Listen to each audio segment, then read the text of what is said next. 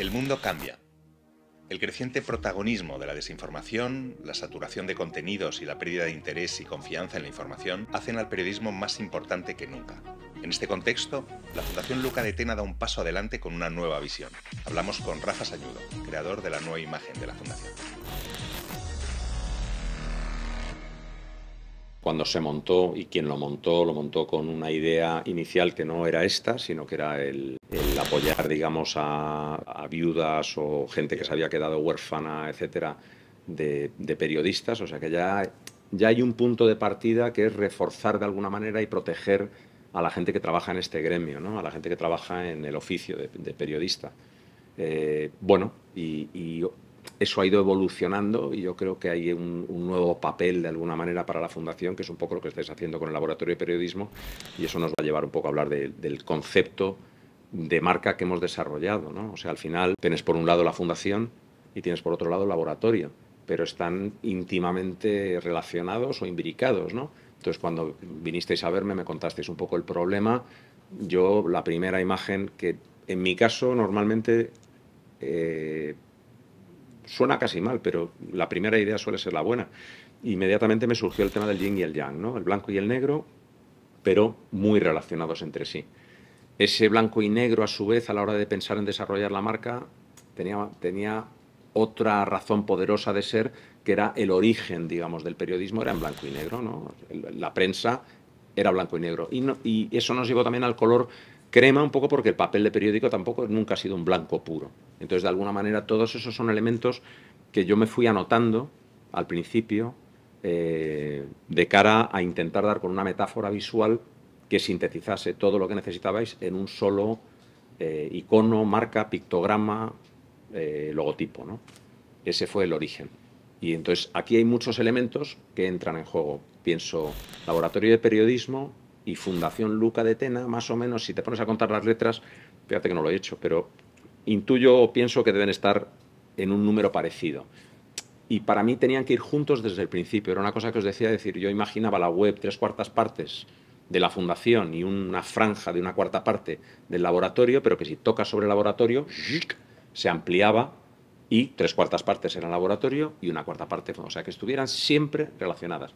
Una, lo que es la Fundación sobre fondo blanco crema, con la tipografía negra, y la otra, la del laboratorio, me llevaba un poco a la idea romántica también de la fotografía, que tiene tanta importancia en el desarrollo del periodismo, laboratorio negativo, fondo negro, y jugar con esos dos colores, y el yin y el yang, y vuelven, ¿no? Bueno, pues cuando empecé el proceso y empecé a trabajar con César, desarrollo, empezamos un poco una primera búsqueda de símbolos, de imágenes, de ideas, de conceptos y tal, y muy rápidamente empezamos a pensar la F de fundación, la L de laboratorio, ¿no? De alguna manera, aquello, o sea, hay una L dentro de la F. Lo que es la parte de fuera es una L. Entonces dices, bueno, ya hay un punto de partida. Empezamos a dar vueltas, empezamos a pensar en distintos pictogramas, pero no había una solución limpia, ¿no? La L, la F, Eso es, sí, la L, la F, la P, y al final nos jugaba... Y aquí jugabas con la P de repente. Hicimos muchas pruebas y las tenéis en las primeras presentaciones, pero nosotros no acabábamos de estar contentos con ello. Lo que sí surgió casi de inmediato era la idea de foco y desenfoco, que también es una metáfora de dónde pones el foco en una noticia, ¿no? Entonces era Fundación estaba enfocado y laboratorio estaba desenfocado. Entrabas en laboratorio, enfocaba y desenfocaba lo otro. Entonces todo esto son como distintas capas que te van de alguna manera llevando hacia esa metáfora visual. Y bueno, en una de esas conversaciones pues me puse a garabatear que esto en cierto modo es una F. Si la haces de esta otra manera, es una L. Y surgió la idea de la comilla. O sea, la comilla es lo que hacen los periodistas cuando intentan dar testimonio veraz. Luego eso se ha pervertido y se ha prostituido, porque hay algo que a mí me parece incomprensible, que es que se pueda citar a una persona en prensa y cambiar, editar, acortar lo que ha dicho, diciendo que es que, bueno, que lo ha editado el periodista. Oiga, es que usted está poniendo entre comillas algo que no ha dicho esa persona.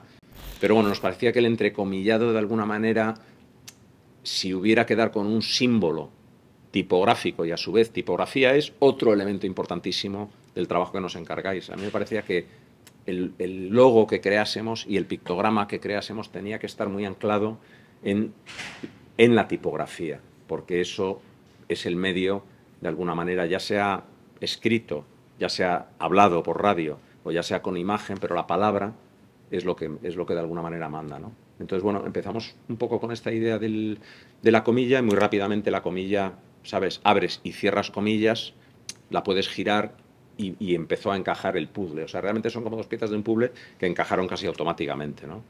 Y bueno, y jugamos un poco, llegamos con este boceto, ¿no? De la comilla, que a su vez también es una coma, pero bueno, nos da muchísimo juego. Y ese fue un poco el cómo llegamos a ese pictograma y a ese cambio de imagen.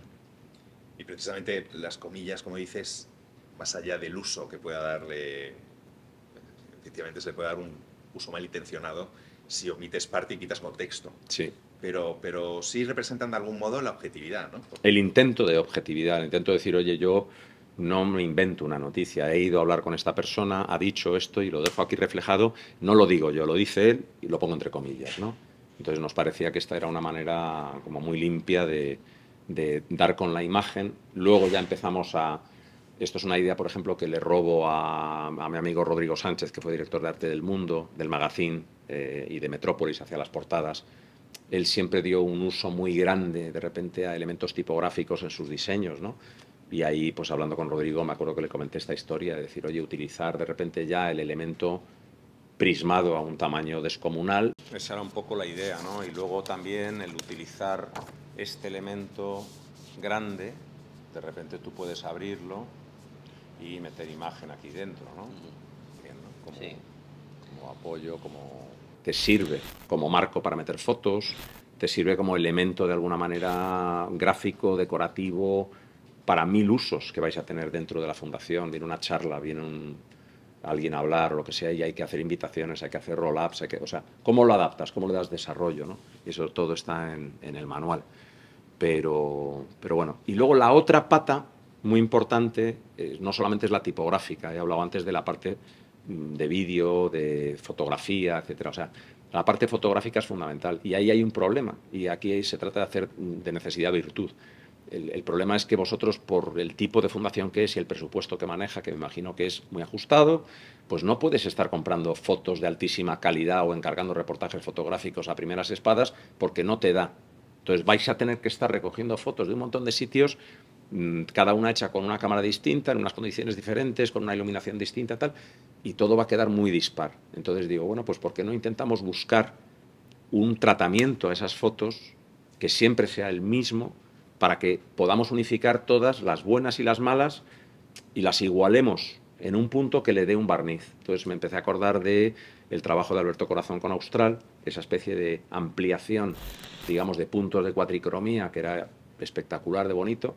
Si tú te fijas en las vallas publicitarias de cerca, son esas tramas de puntos ampliadas, porque no imprimes en pequeño, sino que imprimes ya con todo muy estallado, porque lo vas a ver a mucha distancia.